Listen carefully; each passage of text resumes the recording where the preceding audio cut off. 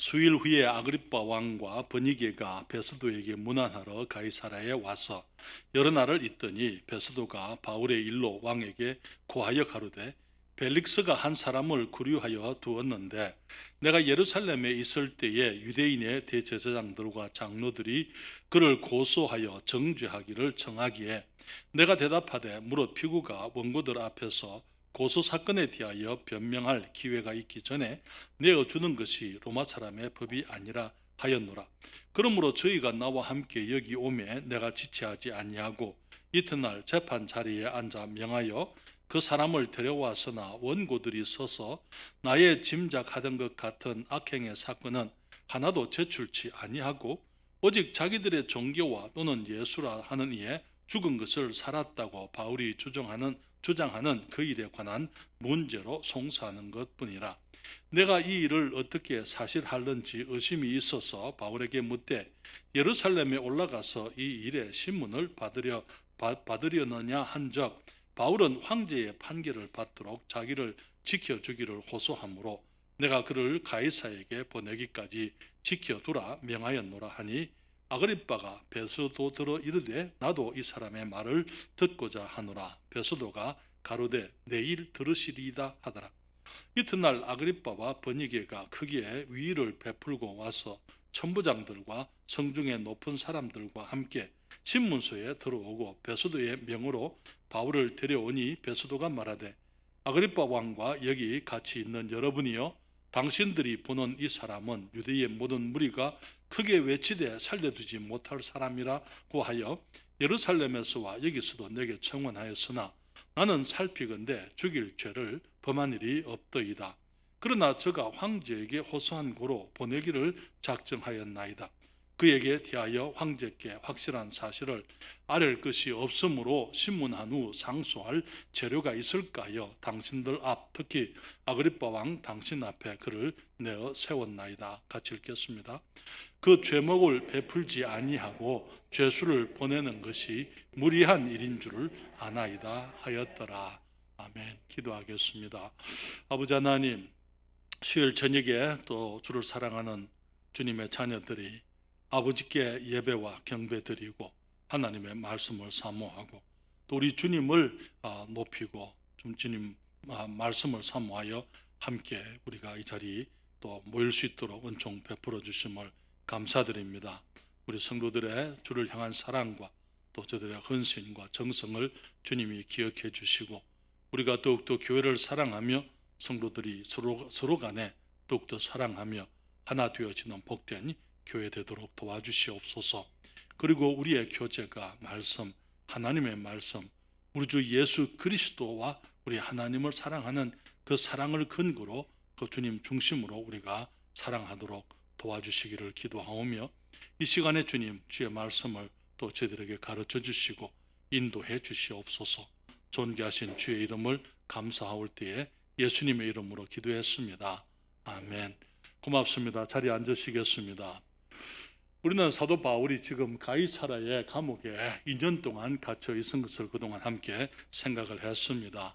바울이 사실은 아무 죄도 정하지 않고 아무런 거기서 이 범죄한 일이 없지만은 그가 종교적인 특별히 복음 예수 그리스도의 복음 때문에 유대인들의 미움과 고발을 통해서 2년 동안 구금되어 있는 것을 보면서 우리가 살고 있는 세상에 이 불공정함, 이 죄와 불의로 가득한 세상의 악함을 우리가 보게 됩니다. 그렇지만은 하나님께서는 정의와 공의가 상실된 세상이라 하더라도 하나님께서는 그의 종들을 인도하심으로 세상을 향한 하나님의 사랑을 이루어 가시고 또 주님께서 주님의 지혜와 능력을 통하여 주님이 목적하시는 일들을 이루어 가심을 우리가 발견하게 됩니다. 오늘 이 유대 총독 이 베스도는 여기에 이 아그리빠 왕 앞에서 사도 바울을 신문을 해 보았을 때에 죽일 죄를 범한 것이 없었습니다. 그렇게 얘기를 하는 것을 보게 됩니다. 우리가 잘 아는 것처럼 이 아그리빠는 이제 헤롯 가문의 이제 헤롯 대왕의 이 손자로서 그는 지금 지난번에 우리 사도행전 12장에 이 야고보를 죽였던 헤롯 왕 그가 가이사랴에서 이 충이 먹어서 죽잖아요. 그 아들입니다. 그 아그리빠와 이제 유대 왕인데요. 이제 그 로마 정부에서 유대 지역을 다스리는 왕으로서 이제 이 헤롯 가문이 오랫동안 왕으로서 거기 나라를 다스리면서 그들이 여러 가지 불의와 부정과 많은 부도덕한 일들 가운데 이 가문이 매우 이 악한 가문이었던 것을 보게 됩니다. 그의 아내 베니스라고 이렇게 얘기하는, 베니게라 그렇게 우리 성경에서 말하고 있는데요. 여기 영어로 베니스는 여기에 벨릭스의 아내였던, 이전에 베스도의 이전 총독 벨릭스의 아내였던 두루실라의 그 마더니였던 것을 보게 됩니다. 그 집안도 역시 마찬가지로 매우 부도덕한 집안이었던 것. 그래서 로마의 관리들, 로마의 권세자들의 집안들이 대부분이 다 이렇게 이 도덕적으로 많이 문란하고 정말 악하고 더러운 그런 사람들이었더랬어요. 그런데 여기에 이제 이 벨릭스 여기 아그리빠와 베니게가 가이사랴에 왔을 때는 이제 베스도가 자신의 딜레마를 해결하기 위해서 지금 아그리빠 왕에게 이제는 조언을 구하는 것을 보게 됩니다. 그의 딜레마가 뭐였습니까? 그가 지금 이제 이 바울을 로마에, 다시 말하면은 이 시저 황제에게 보내기는 보내야 되는데 바울이 범한 어떤 죽일 만한 죄를 범한 일이 없다는 거예요. 이 죄목이 없이 이 죄수를 보낼 수가 없는 거예요. 그렇기 때문에 이제 바울의 죄를 찾기 위해서 아그리빠와 베니게 앞에서 다시 한번 재판을 하게 됩니다. 여기에 사도행전 25장 25절부터 27절에 이렇게 말하고 있잖아요. 나는 살피건대 죽일 죄를 범한 일이 없더이다. 그러나 저가 황제에게 호소한 고로 보내기를 작정하였나이다. 그에게 대하여 황제께 확실한 사실을 아뢰을 것이 없으므로, 무슨 말입니까? 고소장을 써야 되겠는데 쓸 것이 없다고 말해. 그렇잖아요. 여기 어떤 고소장을 써서 이 사람이 이런 죄인입니다라고 이렇게 해서 보내야 되는데 그것을 쓸 것이 없다는 거예요. 그렇기 때문에 신문한 후에, 아그리빠 앞에서 다시 신문을 한 후에 상소할 재료가 있을까요? 당신들 앞, 특히 아그리빠 왕 당신 앞에 그를 내어 세웠나이다. 그리고 말하기를 그 죄목을 베풀지 아니하고 죄수를 보내는 것이 무리한 일인 줄 아나이다 하였더라. 여러분, 벨릭스도 마찬가지였고 베스도도 그러고 이 사람들은 사도 바울에게 죄가 없는 것을 그들이 알고 있었어요. 그렇지만 그들이 지금 사도 바울을 방면하지 않고 석방하지 않고 붙들어 두고 있는 것을 보게 되는 것입니다. 사도 바울이 그러한 일들을 당하는 것을 보면서 죄 없이 그 악한 사람들, 이 위정자들의 이제 이 폭정, 잘못된 결정으로 인해서 하나님의 사도 바울이 이제 고난을 당하는 것을 보면서 우리는 우리 주 예수 그리스도의 고난도 마찬가지였다는 것을 함께 생각을 하게 됩니다. 다시 말하면 그리스도께서도 죽일 죄를 찾지 못했으나 주님이 죽임을 당하셨다는 것이죠. 우리는 다시 복음서로 돌아가게 되면은 유대인들이 예수 그리스도를 십자가에 못 박을 것을 그 당시 유대 총독 빌라도에게 요청했더랬죠. 빌라도는 예수님께서 죄가 없는 줄 알았습니다. 이 벨릭스나 베스도도 마찬가지로 바울에게 죄가 없다는 것을 알았던 것처럼 여기에 총독 빌라도도 예수님께는 죽일 죄가 없다는 것을 그가 잘 알고 있었더랬어요. 그렇기 때문에 우리가 성경에 보게 되면은 유월절 전례를 따라서 유대인들이 시기로 예수님을 잡아준 줄 알기 때문에 이제 이 유월절 전례를 따라서 한 사람을 방면해 주기를 원하면서 그는 예수님을 놓아주고자 했던 것을 보게 되잖아요. 우리가 요한복음 18장 38절부터 40절에 보게 되면 빌라도가 가로되 진리가 무엇이냐 하더라 이 말씀을 하고 다시 유대인들에게 나가서 이르되 나는 그에게서 아무 죄도 찾지 못하노라. 6월절이면 내가 너희에게 한 사람을 놓아주는 전례가 있으니 그러면 너희는 내가 유대인의 왕을 너희에게 놓아주기를 원하느냐 하니 저희가 또 소리질러 가로되 이 사람이 아니라 바라바라 하니 바라바는 강도라 그렇게 얘기를 했습니다. 그래서 이게 빌라도는 결국은 이 유대인들을 만족시키기 위해서 그는 예수님을 채찍질을 하게 되는 것을 보게 되는데요. 그리고 가시면류관을 씌우고 자색 옷을 입히고는 이제 놓아주려고 사람들 앞에 다시 세우는 것을 보게 됩니다. 요한복음 19장 5절부터 6절에 말하기를 이에 예수께서 가신 면류관을 쓰고 자색 옷을 입고 나오시니 빌라도가 저희에게 말하되 보라 이 사람이로다 하며 대제사장들과 하숙들이 예수를 보고 소리질러 가로되 십자가에 못 박으소서 못 박게 하소서 십자가에 못 박게 하소서 하는지라 빌라도가 가로되 너희가 친히 데려다가 십자가에 못 박으라 나는 그에게서 죄를 찾지 못하노라. 그렇게 그는 선언을 했던 것을 보게 되는데요. 그렇지만 결국 이 빌라도는 정치인이었습니다. 정치인에게 있어서 제일 약한 부분이 사람들의 민심이라는 거예요.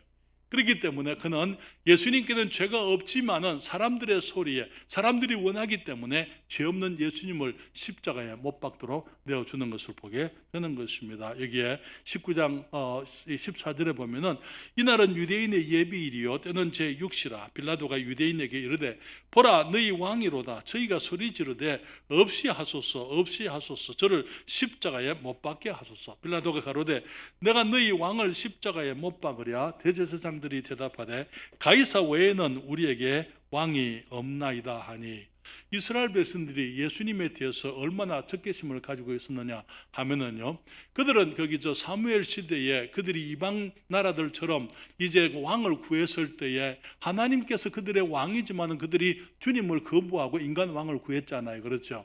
지금은 그들에게 그들의 왕 그리스도 예수가 다윗의 자손이 왔지만은 그들이 그리스도를 미워했기 때문에 그리스도를 거부하게 될 때에 그들은 그들의 왕인 그리스도를 이제 배척했을 뿐만 아니라 이제 가이사 로마 황제를 그들의 이제 원수잖아요. 그렇죠? 그들을 정복한 이 로마 황제 그 가이사 외에는 저들에게 왕이 없다라고 그렇게 공언을 하게 되는 것입니다.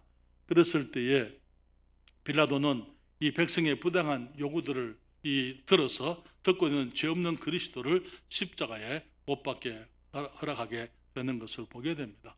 여러분, 성경은 구약 성경의 율법 가운데서 재판관들에 대해서 재판을 어떻게 해야 되는지 특별히 공정한 판단을 하도록 항상 이 율법에 강조를 하고 있는 것을 보게 됩니다. 출애굽기 23장 2절로부터 3절에 주님 말씀하시기를 여기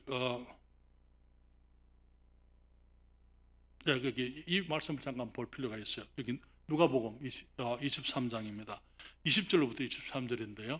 빌라도는 예수를 놓고자 하여 다시 저희에게 말하되 저희는 소리 질러 가로되 저를 십자가에 못 박게 하소서 십자가에 못 박게 하소서 하는지라. 빌라도가 세 번째 말하되 이 사람이 무슨 악한 일을 하였느냐 나는 그 죽일 죄를 찾지 못하였나니 때려서 놓으리라 한데 저희가 큰 소리로 재촉하여 십자가에 못 박기를 구하니. 그 다음에 뭐라 그랬습니까?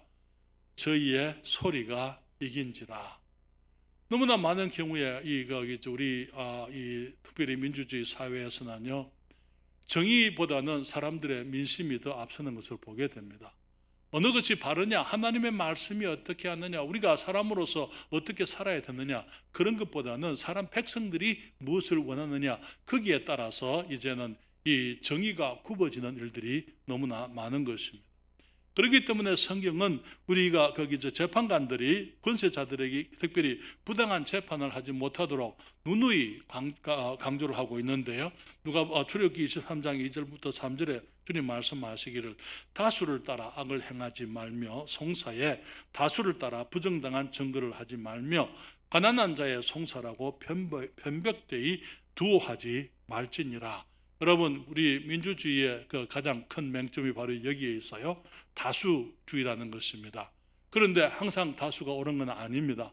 항상 다수가 옳지 않고 특별히 또 이 다수는 생각을 하지 않고 소수의 사람들이 이끄는 대로 끌려가는 것이 다수예요.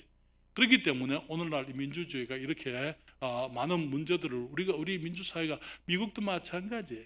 미국도 마찬가지고 이번에 어제 여담으로 말씀을 드리지만은 윤석열 대통령이 국회에서 시정연설을 했잖아요. 그런데 거기에 어떤 대통령이 가서 악수를 청해도 쳐다보지도 않는 사람들 악수를 하면서 그만두시라고.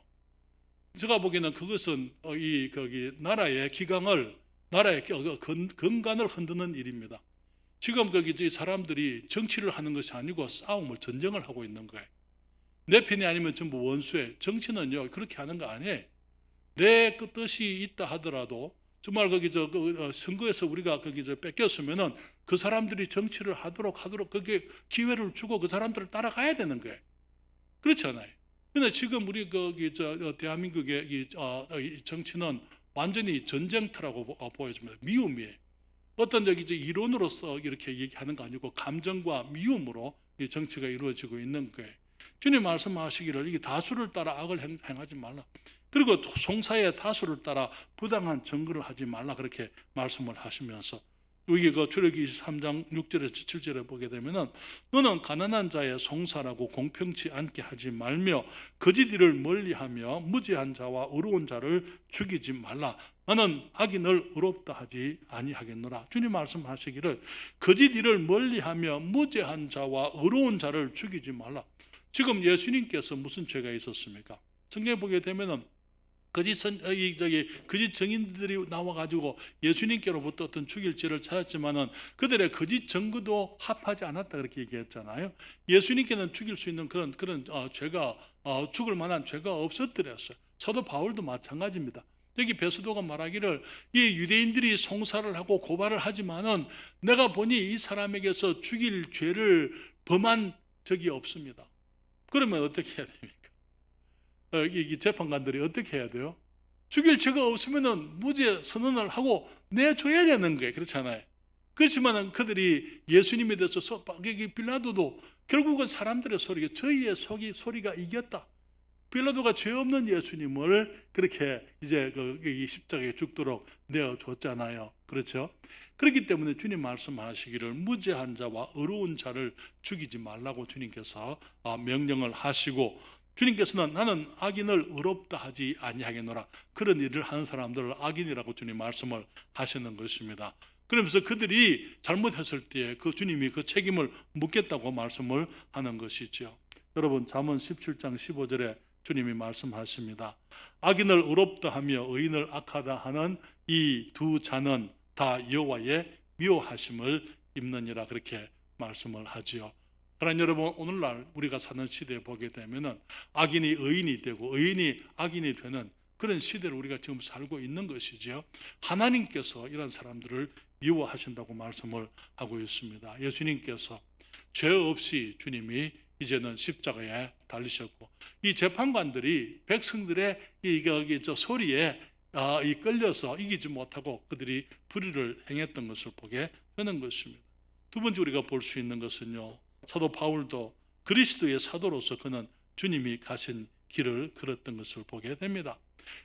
이 바울은 또 재판장들 앞에서 바울이 무죄해드렸어요. 베스도가 죽일 죄를 찾지 못했다고 고백을 하고 있고 황제께 확실한 사실을 아랠 것이 없다고 그는 그렇게 시인을 하고 있었더랬어요. 그러면서 말하기를 죄목을 베풀지 않고 죄수를 보내는 것이 무리한 일이라고 고백을 하면서 이제는 이 아그리빠를 통해서 어떤 죄를 찾고자 하는 그런 그런 기회를 그들이 이 베스도가 찾고 있었던 것입니다. 당연히 죄가 없는 사람이면은 벨릭스와 베스도는 바울을 석방했어야만 되죠. 그렇지만 왜 그를 2년 동안이나 가이사랴의 감옥에 구금을 했습니까? 결국은 유대인들을 두려워했기 때문에. 그들은 지금 이방인이잖아요. 그렇죠? 여기 벨릭스도 마찬가지고 여기에 베스도도 이방인입니다. 그러면서 유대 지방의 총독으로 왔기 때문에 현지 거기에 이 주민들, 현지인들과의 관계를 잘하지 않으면 안 됐던 것이죠. 그렇기 때문에 이 유대인들의 환심을 사기 위해서 죄 없는 이 바울을 이제 감옥에 그렇게 구금을 했던 것을 보게 되는 것입니다. 다른 여러분, 하나님께서 이 모든 사람들을 심판하시리라고 믿습니다. 주님께서 빌라도를 심판하실 것이고 벨릭스를 심판하실 것이고 베스도를 심판하실 것이고 이 세상의 역사 가운데 있었던 모든 불의한 재판관들을 하나님께서 심판하실 줄을 믿습니다. 그렇지만 바울은 여기에 이 불의한 사람들 속에서 바울은 당당히 홀로 의로운 사람이었던 것을 보게 됩니다. 여러분, 그들이 이 바울에게서부터 죽일 만한 죄를 범한 일이 없었습니다. 황제께 상수할 일이 황제께 아랠 어떤 죄가 없었습니다. 그건 거기 죄수에게 죄목을 베풀지 않고 보내는 것이 무리한 일입니다. 그들이 사도 바울의 삶 속에서 정말 이것이 저의 죄입니다라고 얘기할 수 있는 그런 것이 없었다 그 말이에요. 그는 정말 하나님 앞에서 정직하고 의롭고 고상하고 정말 당당한 하나님의 사람이었던 것을 보게 되는 것이죠. 여러분 고린도전서 11장 1절에 보면 주님이 사도 바울이 이렇게 말합니다. 내가 그리스도를 본받는 자 된 것 같이 너희는 나를 본받는 자 되라, 그렇게 말씀을 했어요. 지난주에 우리 성품학교 아이들의 암송요절입니다. 그렇죠? 내가 그리스도를 본받는 자 된 것 같이 너희는 나를 본받는 자 되라, 그렇게 말씀을 했습니다. 여러분 여기에 재미있는 것은요, 사도 바울이 하는 얘기가 우리 모두가 함께 그리스도를 본받자, 그렇게 얘기할 수도 있는 거예요. 그렇잖아요. 그러나 바울이 그렇게 말하지 않습니다. 내가 그리스도를 본받는 자 된 것 같이 너희는 나를 본받는 자가 되라, 그렇게 말하고 있잖아요. 그렇죠? 사랑하는 여러분, 사도 바울은 그의 삶 속에 그리스도를 닮아가기를, 최선을 다해서 우리 주님의 모습을 따라가기를, 주님의 발자취를 따라가려고 애를 썼던 사람입니다. 그는 스스로 그리스도를 본받아 살아가면서 정말 우리가 다른 사람들에게 우리가 다 같이 그리스도를 본받자가 아니고 내가 그리스도를 본받기 위해서 내가 애쓰고 주님을 따라가는 것처럼 너희들은 나를 본받는 자가 되라. 그것이 얼마나 위대한 사도 바울의 선언이고 간증인지 모릅니다.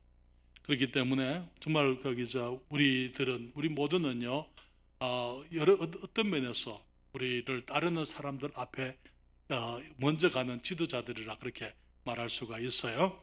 우리들에게 어린 아이들이 있습니다. 부모로서 아이들이 있잖아요. 그렇죠? 교사로서 학생들이 있습니다. 목사로서 성도들이 있습니다. 집사로서 또 우리가 돌아보는 여러 성도들이 있습니다. 우리가 함께 그리스도를 본받읍시다가 아니고 좀 우리가 주님 앞에서 내가 그리스도를 본받으니까 여러분들은 나를 본받으세요 라고 정말 거기 담대한 그리고 너무나 아름다운 그런 이 말을 할 수가 있게 되기를 바랍니다. 바울이 진심으로 그리스도를 본받고자 애쓰는 사람이었다는 것을 그의 그 선언을 통해서 우리가 분명히 알 수가 있는 것이지요. 그렇기 때문에 여러분, 우리 모두가 그리스도를 본받으십시다. 그래서 우리를 따르는 사람들이, 우리의 책임하에 있는 사람들이, 우리의 자녀들이, 우리가 가르치는 사람들이, 우리가 인도하는 모든 사람들이 우리를 통해서 그리스도를 발견할 수 있게 되기를 바라는 것입니다. 세 번째로 말씀을 드리고 싶은 것은요, 하나님은 불의한 정치인과 재판관들을 사용하셔서 주님의 뜻을 이루신다는 것이죠. 여러분, 빌라도가 하나님께서 그의 우유부단함을 사용하고 계신 줄은 상상도 못했을 것입니다. 그는 백성들의 압박에 의해서 백성들의 그 요구에 이기지를 못해서 그가 그리스도를 십자가에 못 박히게 내어줬지만은, 그러나 하나님께서는 그의 이 연약함을 통해서 하나님께서 영원 전부터 계획하시던 주님의 일을 이루시는 것을 보게 되는 것입니다. 여러분, 예수님께서 십자가에서 죽으시고 우리를 구원하시는 구세주가 되시는 것은 이미 창세기에서부터 기록되어진 인간들이 범죄한 직후에 주님이 주신 약속의 하나님의 은혜의 약속이었던 것이죠. 여러분, 창세기 3장 15절에 내가 너로 여자와 원수가 되게 하고 너의 후손도 여자의 후손과 원수가 되게 하리니 여자의 후손은 내 머리를 상하게 할 것이요 너는 그의 발꿈치를 상하게 할 것이니라 하시고, 사람들이 범죄한 직후에 이제 여자의 후손을 보내겠다고 주님이 말씀을 하시잖아요. 왜 여자의 후손입니까? 남자는 실패했어요. 그렇기 때문에 남자는 죄인이 되었고 남자의 후손에서는 모두가 죄인들만 생산될 수밖에 없기 때문에 남자는 실패했고 남자에게서는 소망이 없는 것입니다. 그렇기 때문에 주님께서 남자가 없이 한 사람을 보내시는데 여자를 통해서 사람이 되기 위해서는 여자를 통해서 오셔야만 되기 때문에 이제는 우리가 인간 아버지가 없이 여자를 통해서 한 사람을 보내시는데 이제 그래서 그를 여자의 후손이라고 부르는 거죠. 그리고 그가 오게 되면은 그는 뱀의 머리를 깨뜨리게 될 것이고 그도 역시 마찬가지로 발꿈치를 상하게 될 것이다. 그렇게 말씀을 하셨습니다. 다른 여러분, 구약 성경에 보게 되면 수없이 하나님께서 하나님의 사람들을 보내서 주님께서 이제 이 예수 그리스도 우리의 구세주를 보내실 것을 주님이 누누이 약속을 하시고 또 주님이 예언을 하셨던 것을 보게 되는데요. 히브리서 1장 1절과 2절에 이렇게 말하잖아요. 옛적의 선지자들로 여러 부분과 여러 모양으로 우리 조상들에게 말씀하신 하나님이 이 모든 날 마지막에 아들로 우리에게 말씀하셨으니 이 아들을 만유의 후사로 세우시고 또 저로 말미암아 모든 세계를 지으셨느니라. 주님께서 옛적에는 선지자들을 통해서 여러 부분과 여러 모양으로 조상들에게 말씀했지만은 이제는 지금 이 모든 날 마지막에 하나님이 그 아들을 보내셔서 아들을 통해서 우리에게 말씀하셨다고요. 이 아들은 만유의 후사시면서 또 온 세상을 지으신 창조주시라 우리 주 예수 그리스도라 그렇게 말씀을 하고 있는 것입니다. 다시 말하면 주님이 십자가에 죽으실 그 사건은 하나님께서 오래전부터 이제 거기 알고 계셨고 또 사람들이 가지고 있는 연약함을 이용해서 주님께서는 그것을 통해서 인류를 구원하시는 그 일을 이루시려는 그 계획을 주님이 세워 놓았던 것을 보게 됩니다. 다시 말하면 약속의 실현을 위해서 주님께서는 믿는 자들을 사용하셨고 또 믿지 않는 자들도 주님이 사용해 오셨던 것을 보게 됩니다. 하나님 여러분, 빌라도를 사용하셔서 예수 그리스도 죄 없는 우리 주님이 십자가에 죽게 하실 때에 그것이 빌라도의 연약함이었어요. 그렇지만은 하나님께서는 빌라도의 연약함, 빌라도가 그 일을 하게 만들었다 그 말 아니에요. 빌라도의 선택과 빌라도가 무슨 일을 하는지 주님이 알고 계셨기 때문에 빌라도의 그러한 연약함을 이제 잘못된 결정을 하나님께서 그것을 이용하시는 것이죠. 그래서 죄 없이 죽으시는 예수 그리스도의 죽음을 우리 죄를 위한 죽음으로 주님께서 받으시게 하나님의 어린 양으로서 죽으시도록 하나님께서 그렇게 그것을 받으시게 되는 것을 보게 되는 것입니다. 그래서 다른 여러분, 주님께서는 때로는 사람들을 이제 믿지 않는 사람들이라 하더라도 주님의 계획과 주님의 일이 이루어지게 하시려고 그들을 주님이 사용하시고 그들의 이 불순종과 그들의 죄를 통해서 주님께서 주님의 뜻을 이루려고 일하시는 것을 보게 되는 것입니다. 빌라도를 사용하셔서 인류를 죄에서 구원하시는 하나님의 일이 이루어지게 하셨습니다.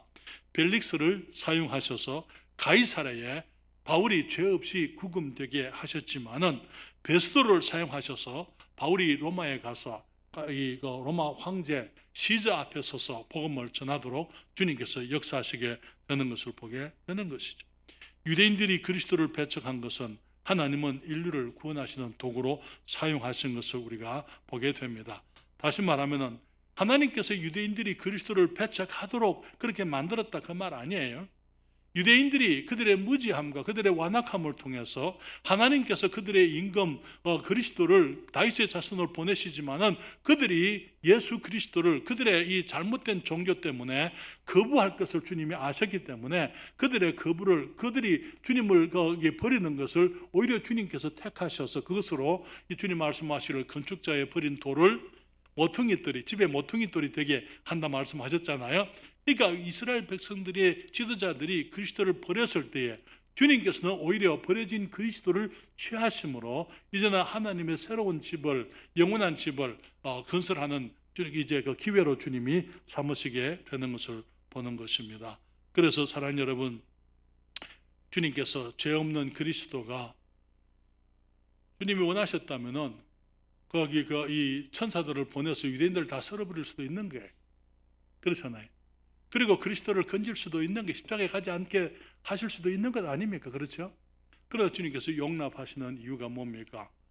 이스라엘의 그리스도를 거부한 것을 하나님께서는 오히려 용납하시고 그리스도께서 우리 죄를 위해서 죽으시도록, 그래서 우리의 대속주가 되시도록 하나님이 그것을 그렇게 사용하셨던 것을 보게 되는 것입니다.